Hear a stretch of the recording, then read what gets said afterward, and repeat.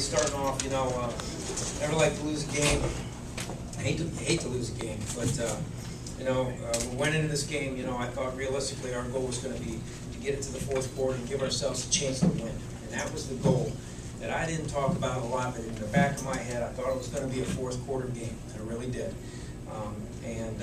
The way I look at it, there's a lot of things to take from this, and I'm going to look at the positives. Our defense played a tough-ass football game. Those guys, they got 4 turnovers, third down defense. Penn State only converted 1 out of 15, and I was really pleased with the way Coach Bolo had those kids playing and those defensive coaches.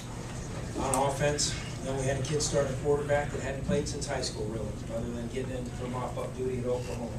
And I thought the kid did a good job. I was pleased with Drew for the most part. He threw the ball to 9 different receivers today. Numbers weren't bad, 17 to 35, I think is what they had him at. A couple interceptions. The one was, a little desperation there at the end.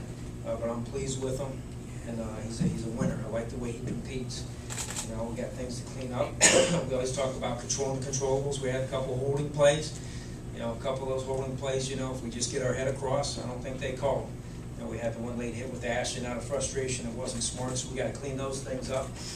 But for the most part, I like the way the kids compete. We came up a little short. So we look forward to moving on to a good Northwestern team that's ranked in the top 25 and be a great challenge for us. With that, I'll take any questions. Raise your hand for questions, please. Yeah. Coach, when you talk about what you've seen from Drew and the positives you took from today, overall, with him on the sideline and him out there, what did you take from him as a whole? He's a competitor. I knew either way we're going to be in a situation where we had a young quarterback and a kid that hasn't played in a while. I liked his moxie. I liked his energy. I liked his fight. I liked the way he listened to details on the sideline, things that maybe you don't always see. He made a couple real good throws, took some shots. I liked when he took off with the ball and got a first down. I thought that showed some tough, some hard-nosed football out of the kid.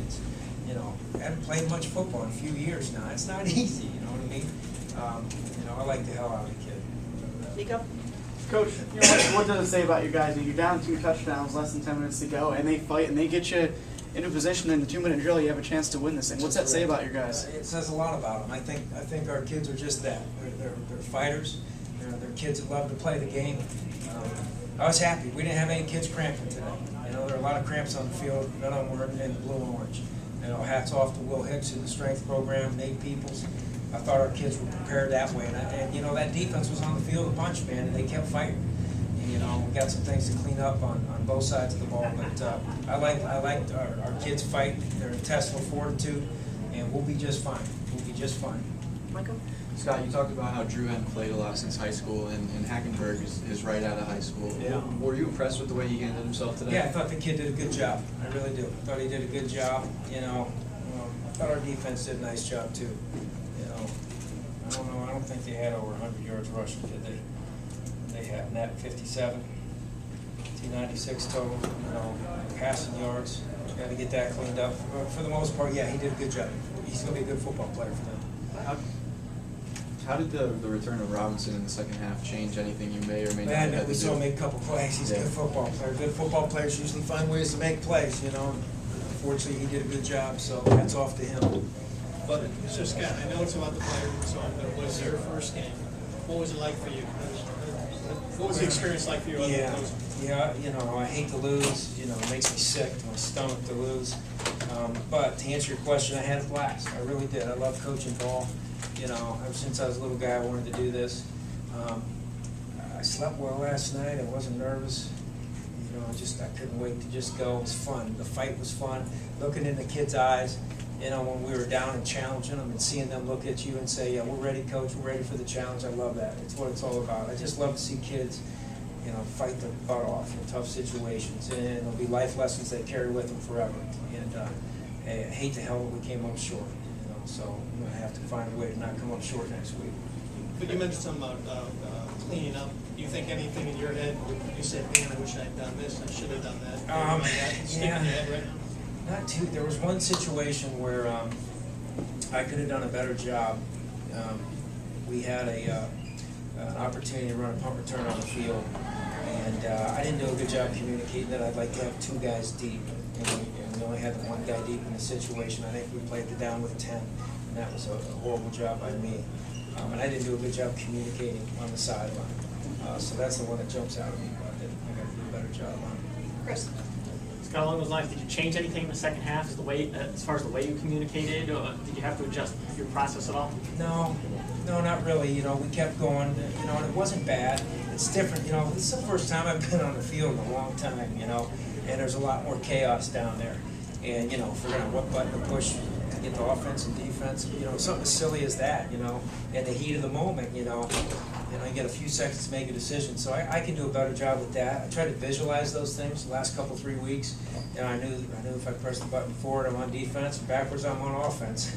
And I knew our kicking people would be on either way. So, you know, some of those things, but you know, for the most part, I feel good about the first opportunity to try to do things. And I'm proud of these kids. I'm proud of that guy right there. He's going to be a damn good football player. It looked like you spent maybe a lot of time, period, but maybe more time even early communicating directly face-to-face with players, and maybe cut that back in the second half. How do you balance that as a coach? You know, I didn't think about it as much as you. David? Adams pretty much seemed exclusively in the slot for you guys. How much is he benefiting from a more clearly defined role? I think he's benefiting. You know, he had a couple opportunities, made a couple plays, had a couple missed assignments, but you know, he's young. We've got 3 more seasons with him, so just got to keep finding ways to get him the ball in space. And that's a good place to start. Steven? At halftime, was there kind of, knowing Allen Robinson was going to be there in the second half, was there a plan for defending him, or were you just kind of sticking? Yeah, it was the same. Yeah, it was the same plan we had going in. You know, we didn't realize he wasn't going to be out there in that first half, so we stuck with the plan, and you know, he got behind us on the one, and that's football. Was he supposed to have safety help in that play, or did he? Yeah, we're supposed to have some safety presence there. We didn't do a real good job with our reads, with our eyes, but we'll clean that up. Nate? I don't think anyone's asked, but what ultimately separated Drew from Terrell in the quarterback competition? Well, it's tough. Both Drew and Terrell are very good football players that have great pride in being a team player. That's what I loved about him. I just think Drew was ready. You know, he's waited a long time for this opportunity. He's prepared himself well. And as a staff, we went around the room, and it was a tough decision because we liked both those kids. But, you know, really, I guess it was probably about 10 days ago, right, Drew? About 10 days ago, we sat down and talked and decided that's the direction we were going to go. And I just didn't think it would benefit us in any way to make that announcement early.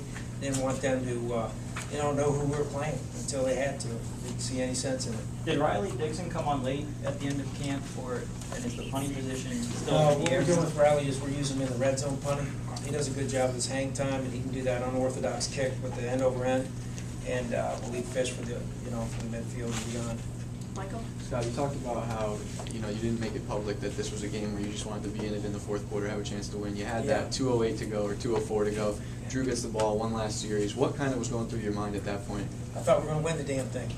Really did. I thought we were going to win the doggone game. I was like, this is just what we wanted. And it's what I thought we'd be. You know, I didn't think we were in a position from a confidence level to go out and just blow them out. I thought they were too good of a football team. And I knew that they had supporting cast that were pretty good with a young quarterback. But I felt like we were going to win the game. Last question from Mark. I guess what do you take away from this one? What did you guys learn in this first game? Well, I think it's tough for me. I need to go back and really do a good job studying everything real quick to see where we were. But the biggest lessons we learned is, you know, keep fighting the good fight. You always have an opportunity to win a game if you keep fighting. You know, there were times where kids could have hung their heads. They did not hang their heads. The thing I loved about what we did last year, too, to be honest with you, when we were 2-4, we kept fighting. And that's the thing I love about these kids. So the biggest thing is let's take the positives, let's learn from the weaknesses, the mistakes that we made, and let's not repeat the mistakes next week. Thank you, Coach, very much.